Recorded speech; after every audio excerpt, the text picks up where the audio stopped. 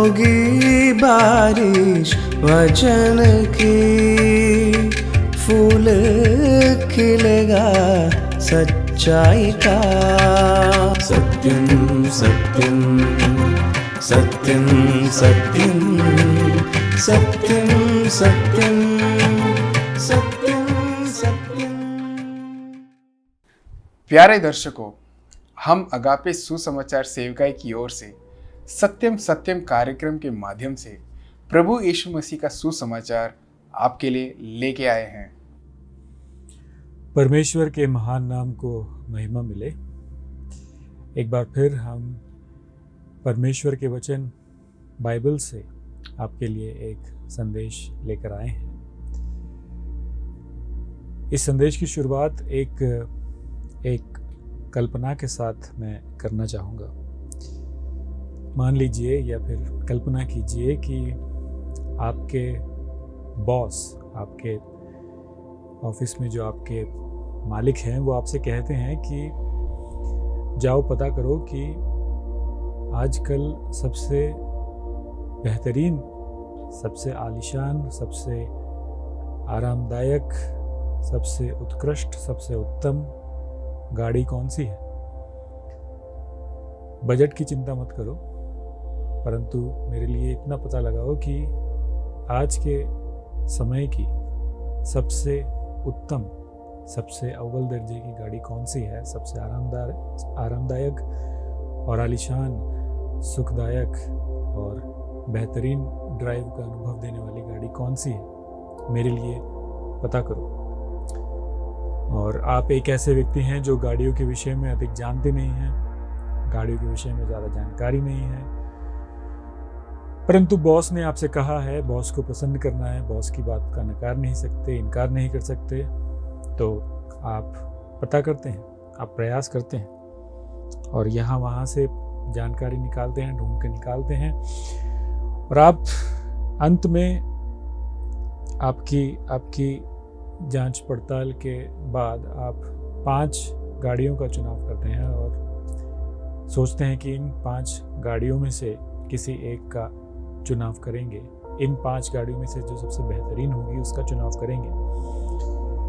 तो इन 5 गाड़ियों के जो बनाने वाले हैं, जो मैन्युफैक्चरर हैं, उनके शोरूम में आप जाते हैं एक एक करके। पहली गाड़ी वाले के यहाँ गए, उस शोरूम में देखा, गाड़ी ठीक लगी, अच्छी लगी। दूसरी गाड़ी देखा, तीसरी को देखा, चौथी को देखा और आपको लगा कि ये गाड़ियाँ सभी अच्छी हैं, एक जैसी लग रही हैं, सभी एक ही तरह की खूबियाँ हैं, एक ही तरह की सहूलियत हैं। कोई किफ़ायती है, कोई सिक्योरिटी के मामले में अच्छी है, लेकिन ऐसी कोई विशेष बात, ऐसी कोई अनूठी बात इन गाड़ियों में आपको नहीं दिखाई दी जो इनको सबसे बेहतरीन या सबसे उत्तम कहकर बताए। और फिर अंत में आप आखिरी गाड़ी को देखने जाते हैं और मान लीजिए ये गाड़ी मर्सिडीज़ है, ये बेंज है। और जैसे ही इस गाड़ी के अंदर आप बैठते हैं, बैठते ही आपको मालूम हो जाता है, पता चल जाता है कि हाँ, ये तो कुछ अलग है, ये तो कुछ अलग है। इसके अंदर जो सुविधा है, जो आराम है, जो सहूलियत है, इसे चलाने का जो अनुभव है और इसको जो देखने में जो इसकी खूबसूरती है, ये सब कुछ असमानांतर है।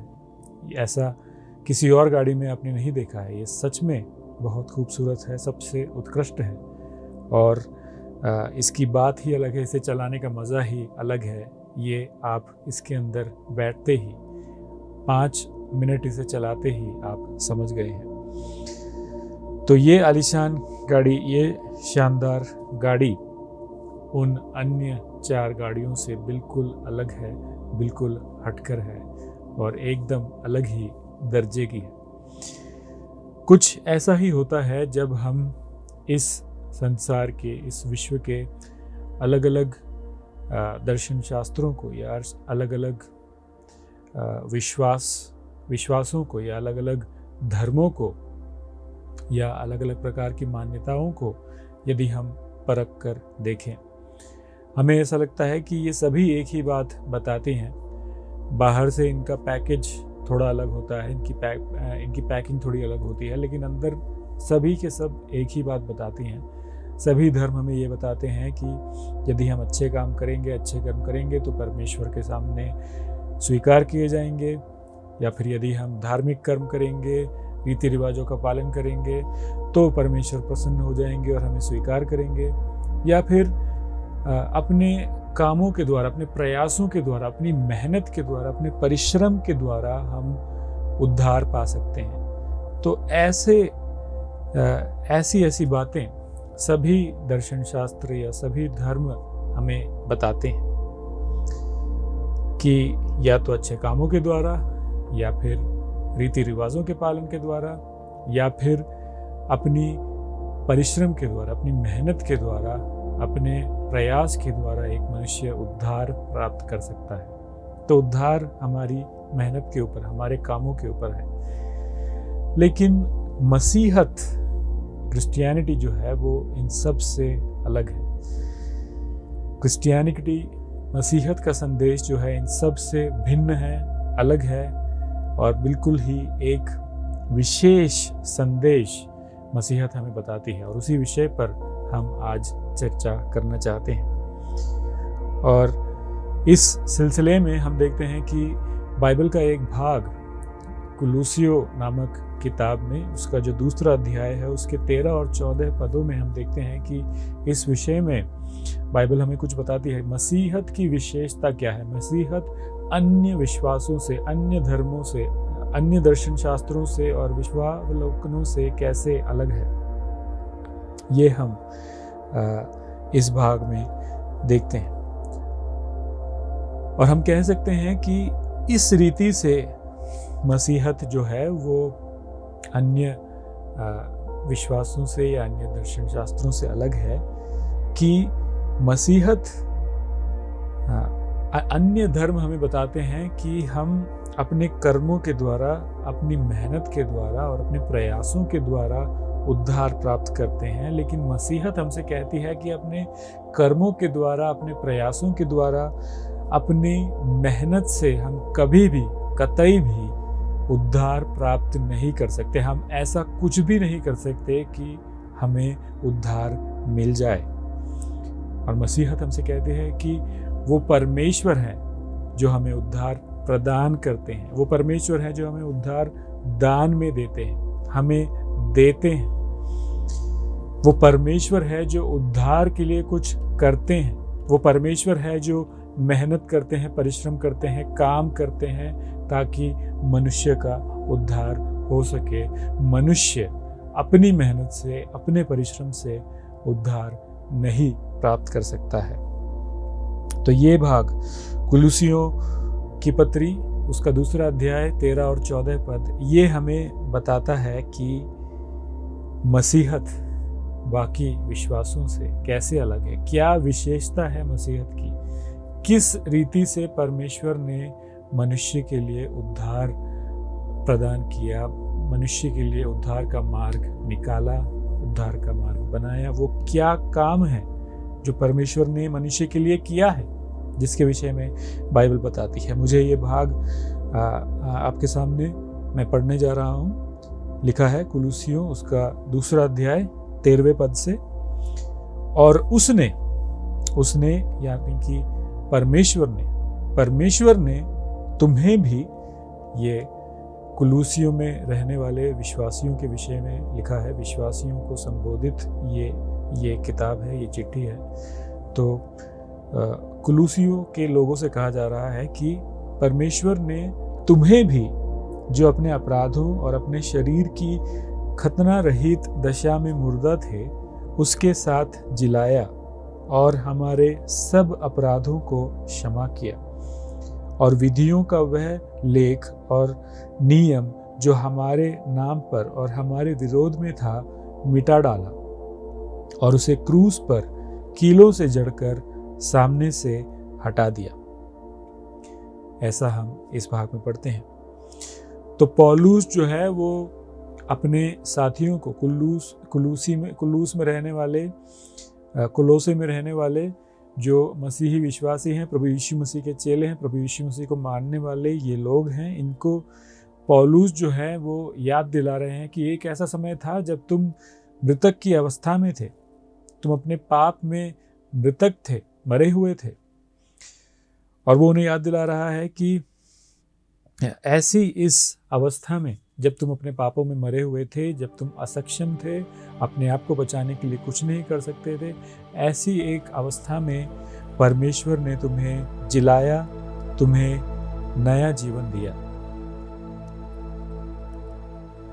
और वो कहता है कि यदि परमेश्वर ने दखल नहीं दिया होता, परमेश्वर ने हस्तक्षेप नहीं किया होता, तो तुम अपने पापों में ही मरे पड़े रहते और हमेशा हमेशा के लिए नष्ट हो जाते और अनंत काल के लिए नरक में अपना जीवन बिताते।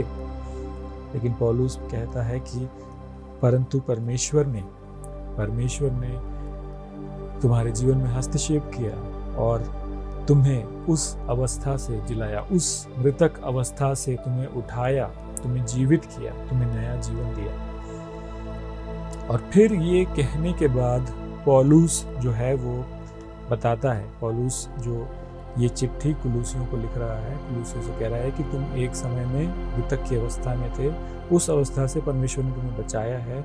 और फिर उसके बाद वो उस बात को विस्तार में बताता है, उसका वर्णन करता है, उसकी व्याख्या करता है कि कैसे परमेश्वर ने ये किया, कैसे परमेश्वर ने उन्हें जिलाया। और हम देखते हैं कि पौलुस ने इन वाक्यों को एक क्रम में तैयार किया है, एक क्रम के रूप में यहाँ पर पेश किया है।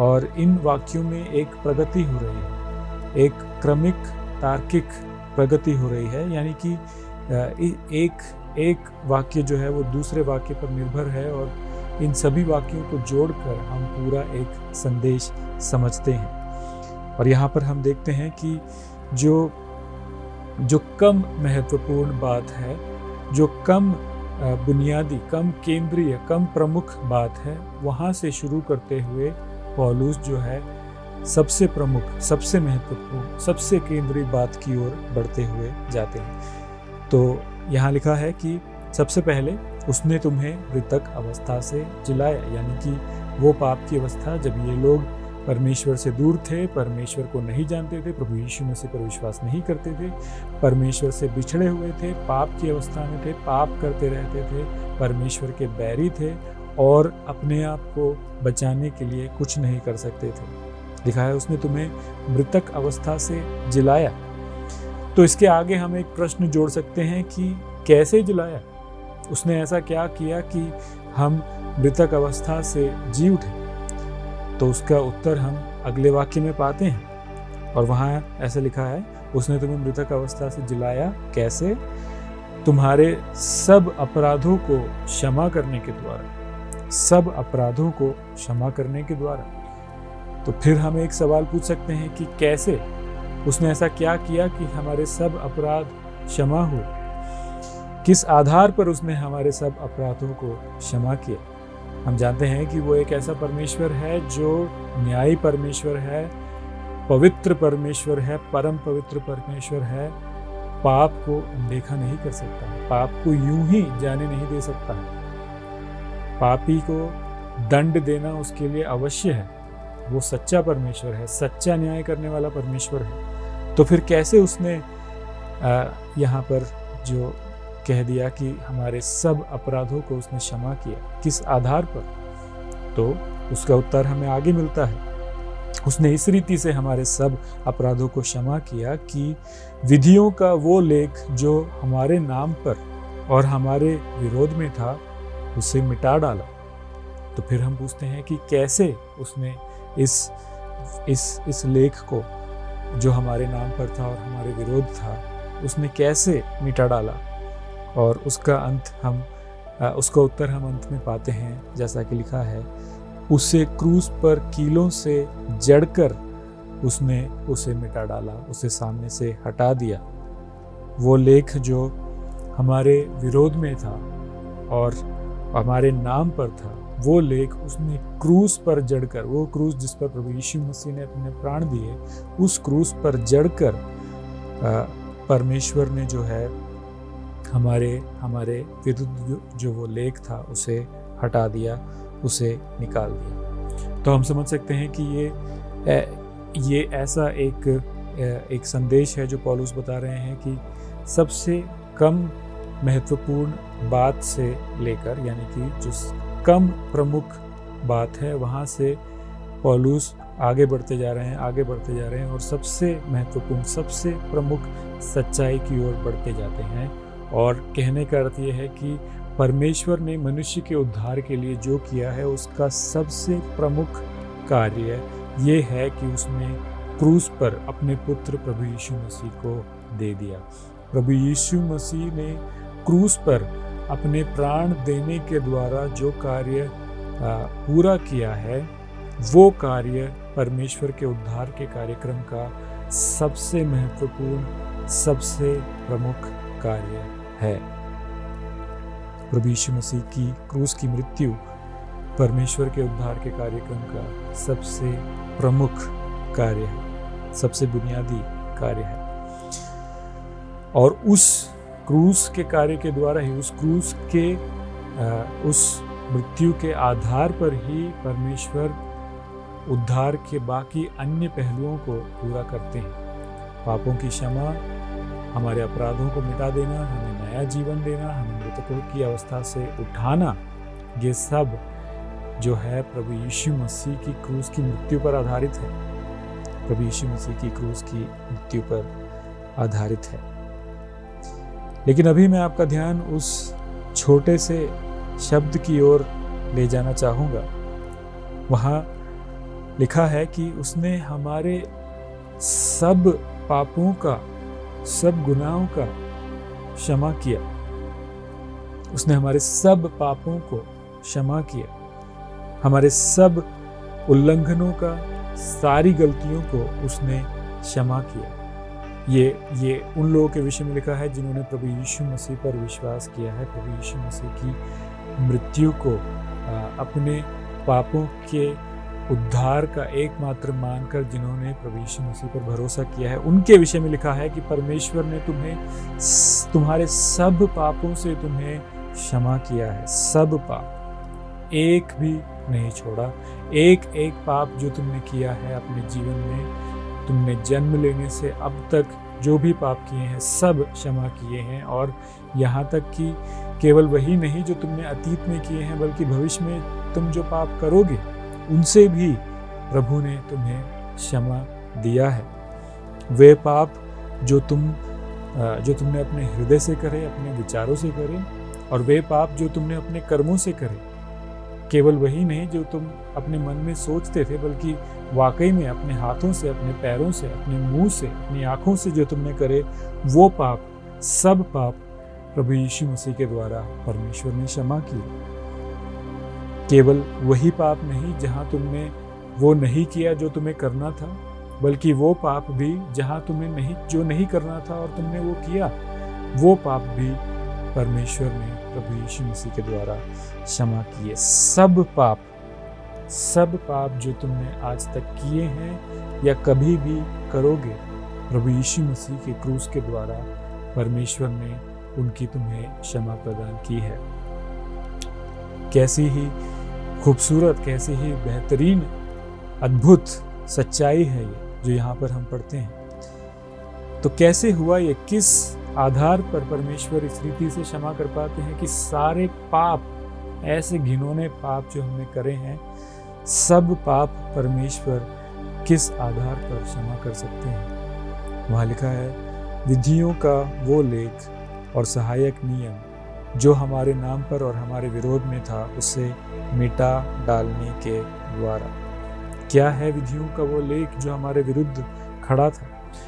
तो ऐसी कल्पना कीजिए, ऐसा आप अपने मन में विचार कीजिए कि हर बार जब हम पाप करते हैं, कोई भी गलत काम करते हैं, कोई भी ऐसा कार्य करते हैं जहां हम परमेश्वर के विरुद्ध पाप करते हैं या गुनाह करते हैं, तो वो स्वर्ग में एक किताब में दर्ज किया जाता है, एक जगह वहाँ पर दर्ज किया जाता है। तो मान लीजिए हमारे हर पाप स्वर्ग में दर्ज किए जा रहे हैं।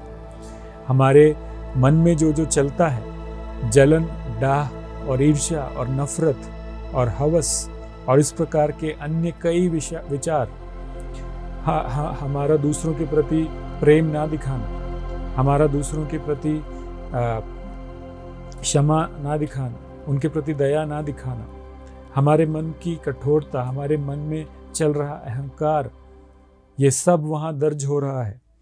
और केवल हमारे मन की बातें नहीं, बल्कि हमारे मुंह से निकलने वाले कठोर शब्द जो दूसरों को दुख पहुंचाते हैं, दूसरों को ठेस पहुंचाते हैं, हमारी आंखें जिन गंदी चित्रों की ओर और गंदी बातों की ओर लगी हुई हैं, और हमारा क्रोध जो गलत जगह पर हमारा हाथ उठता है और गलत बातें हमारे मुंह से निकलती हैं, और जलन के विचार, विद्वेष के विचार, ये सब वहाँ पर दर्ज हो रहे हैं। जब भी आप झूठ बोलते हैं, जब भी आप बेईमानी करते हैं टैक्स बचाने के लिए, किराएदार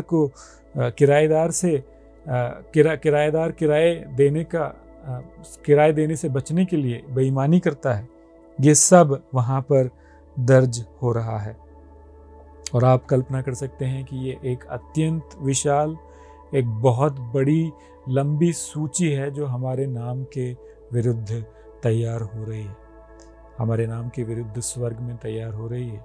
और लिखा है कि ये जो लेख है, ये जो सूची है, ये हमारे विरुद्ध है, ये हमारे विरुद्ध खड़ी है, हमारे विरुद्ध है। किस रीति से ये हमारे विरोध में है, किस रीति से हमारे विरुद्ध है? ये इस रीति से हमारे विरुद्ध है, इस रीति से हमारे विरोध में है कि ये हमें दोषी ठहराती है। परमेश्वर के न्यायालय में ये लेख जो हमारे पापों की सूची है, जो हमारे कर्मों की सूची है, ये हमें दोषी ठहराती है। ये चिल्ला चिल्ला कर कहती है कि ये इंसान पापी है, ये इंसान दंड के योग्य है। ये सूची जो है, ये जो लेख है, ये हमें दंडनीय घोषित करती है परमेश्वर के न्यायालय में, स्वर्ग के न्यायालय में। और ये सूची जब परमेश्वर देखते हैं, ये लेख जब परमेश्वर देखते हैं, तो परमेश्वर के पास केवल एक ही उत्तर है, सीधा नरक, सीधा अनंत काल के नरक में इसे सड़ने के लिए और पीड़ा सहने के लिए भेज दिया जाए। इसके अलावा और कोई उत्तर नहीं निकलता इस लेख को देखने के बाद। जब पवित्र परमेश्वर इस लेख को देखता है, वो परमेश्वर जिसमें कोई छल नहीं, कोई पाप नहीं, कोई अशुद्धता नहीं, जब वो परमेश्वर इस लंबी सूची को देखता है जहाँ पर हमारे सब घिनौने पापों का लेख लिखा गया है, केवल हमें नरक की ओर भेजता है और इसके अलावा और कोई चारा नहीं है। परंतु बाइबल की खुशखबरी ये है कि इस लेख को परमेश्वर ने मिटा दिया है, इसको हटा दिया है, इसको निकाल दिया है, इसको रद्द कर दिया है। और कैसे रद्द किया है वही यहाँ पर पौलुस समझा रहे हैं कि इसे क्रूस पर, प्रभु यीशु मसीह के क्रूस पर जड़ने के द्वारा परमेश्वर ने इसे रद्द किया है, परमेश्वर ने इसे मिटा दिया है, क्रूस पर कील से ठोक कर जड़ने के द्वारा। तो इसका क्या अर्थ है कि क्रूस पर कील से इसे ठोक दिया गया?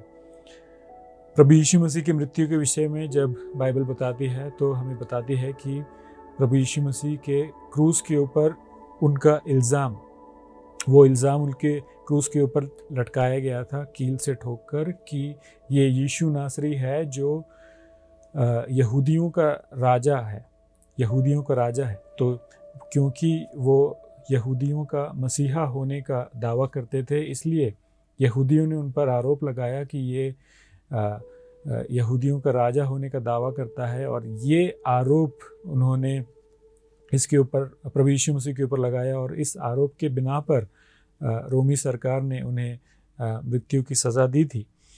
तो ये जो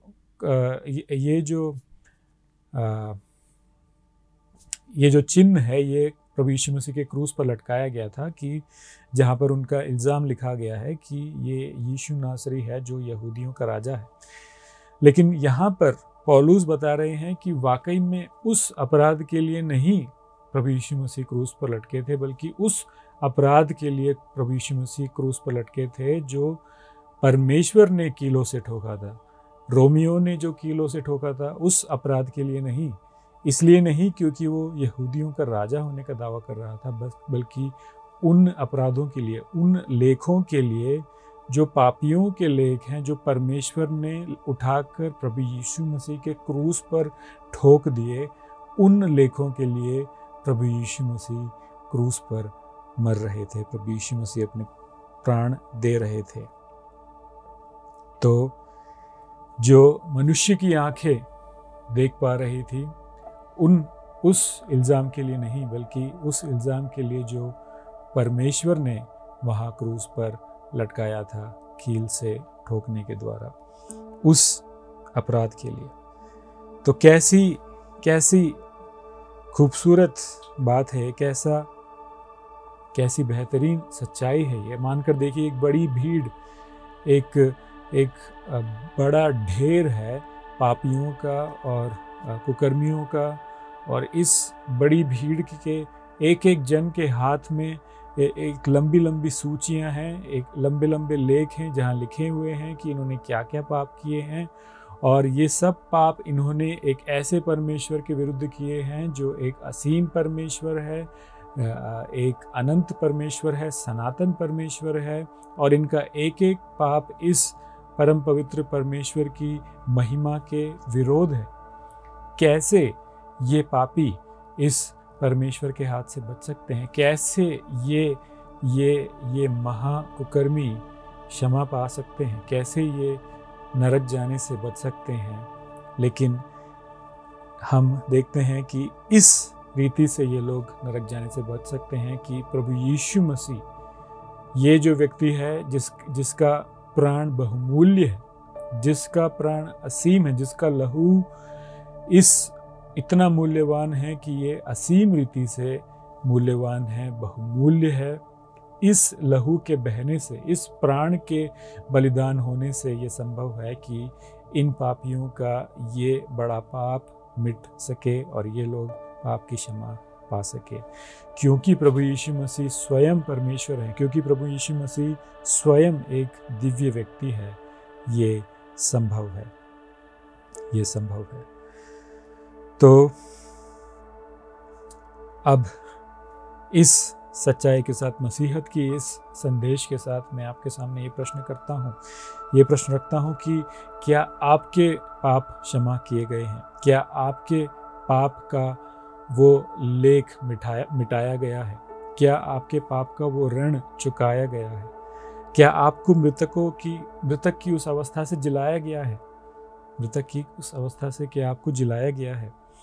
यदि आप इस संदेश को सुन रहे हैं और आपने कभी प्रभु यीशु मसीह पर विश्वास नहीं किया है, तो हम आपसे निवेदन करते हैं कि आज इसी वक्त प्रभु यीशु मसीह पर आप विश्वास करें, इस बात को ग्रहण करें, इस बात को मान ले कि प्रभु यीशु मसीह उस दिन 2000 साल पहले जब क्रूस पर मर रहे थे, तो मेरे पापों के लिए, मेरे पापों का दंड उठाकर, मेरे पापों का दंड चुकाने के लिए मर रहे थे, और उन्होंने अपनी मृत्यु के द्वारा मेरे पापों का सारा दंड चुका लिया है। मेरे दंड की जो कीमत थी वो संपूर्ण रीति से उन्होंने अदा कर दिया है।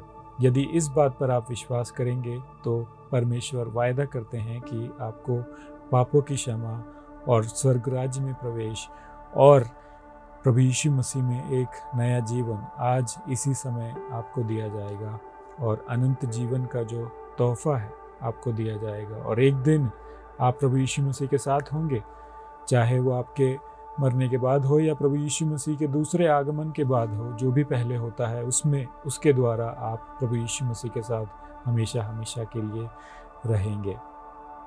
यदि आप ऐसा नहीं करते हैं, यदि आप अपने पाप की ही अवस्था में रह जाते हैं, तो हमेशा हमेशा के लिए अनंत काल की नरक पीड़ा में आप अपना अनंत काल बिताएंगे, और ये बहुत ही दर्दनाक, घिनौना, असहनीय होगा। परमेश्वर से दूर, परमेश्वर की पवित्रता से दूर, सबसे दर्दनाक, सबसे वेदनापूर्वक, सबसे भद्दी घिनौनी जगह में अनंत काल बिताना आपको पड़ेगा। निर्णय आपका है। परमेश्वर का सुसमाचार आपके सामने है, प्रभु यीशु मसीह का संदेश आपके सामने है। आज ही अभी इसे स्वीकार कीजिए। परमेश्वर आपकी सहायता करे।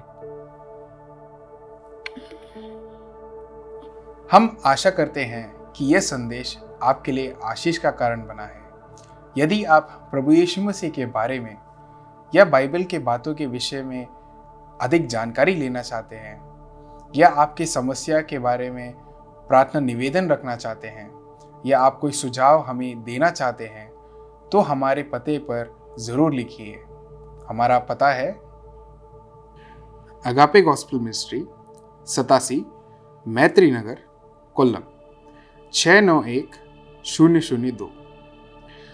आप हमें फ़ोन या व्हाट्सएप के माध्यम से भी संपर्क कर सकते हैं। हमारा फ़ोन नंबर है 7898160067 या फिर 9960156585। इस प्रकार के और भी संदेश को सुनने के लिए हमारे YouTube चैनल सत्यम सत्यम या फेसबुक पेज सत्यम सत्यम पे जाएं। परमेश्वर आप सबको आशीषित करे। होगी बारिश वचन की, फूल खिलेगा सच्चाई का। सत्यम सत्यम सत्यम सत्यम सत्यम सत्यम सत्यम।